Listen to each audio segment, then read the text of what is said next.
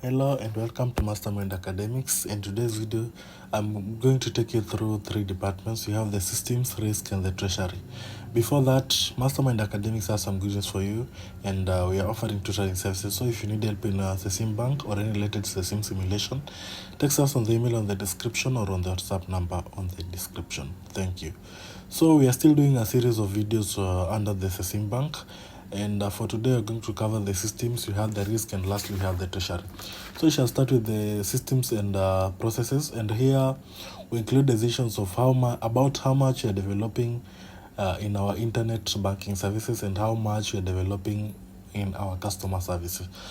And maybe these two factors normally influence our operational costs in the company.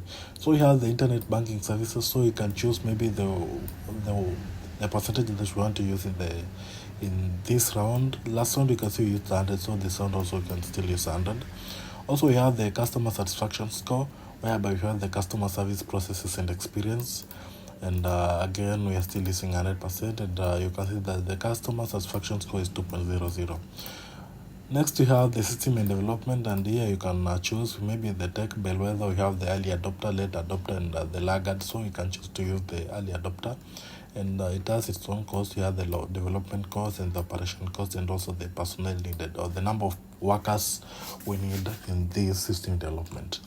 That's it about system and processes. Next part is the risk, and under risk, the risk department, we are going to talk about the risk management, and specifically we have the risk management policies, whereby we have the risk management budget, and we have white cells, so we are going to make our decisions here. You can for us, we are using 1400. We have the overdue allocation of people, whereby we are going to use 8, and maybe the remaining back office personnel, whereby we have 6, and we have also the personnel cost. Down here we have the credit impairments, whereby we have the total loan loss provisions and maybe others. Down here you have something called the interest rate risk management, whereby you have the periodic gap, you have the cumulative gap, and maybe the gap ratio. That's it. Down here you have the credit risk, and this section is automatically calculated depending on our balance sheet, and we are calculating the capital ratios. So here we normally focus on calculating the capital ratios here, and also this credit risk part, it normally recalculates itself, and it depends on what we have in the balance sheet. Because you can see we have the reserves, the interbank lending, we have the treasury notes, maybe the foreign bonds, we have the mortgage, the consumer credit, the credit card, the SME, and maybe other assets.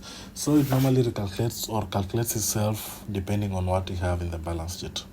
Next part is actually the treasury, and under treasury, it's one of the last departments in the Cesim Bank, and here we manage our bank's balance sheet, and the principal idea is if we have any excess liquidity, the amount deposited is deposited actually in the central bank.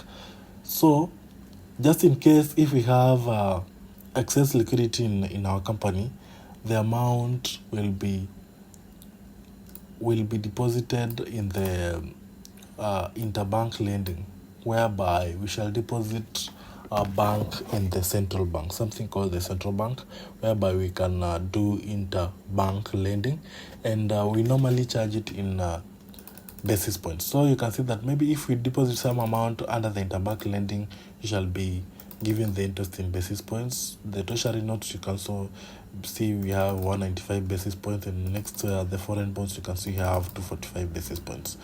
So you can also put our excess liquidity in our interbank, and here you can see there is interest. As I have just said that under the interbank lending, we have the interest rate as the basis points.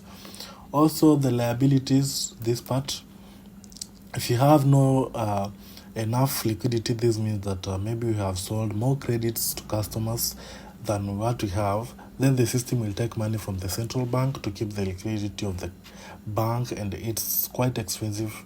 You can see for this one you can pay 700 basis points. So this means that it's kind of expensive to take money from the central bank because we have emergency in the company.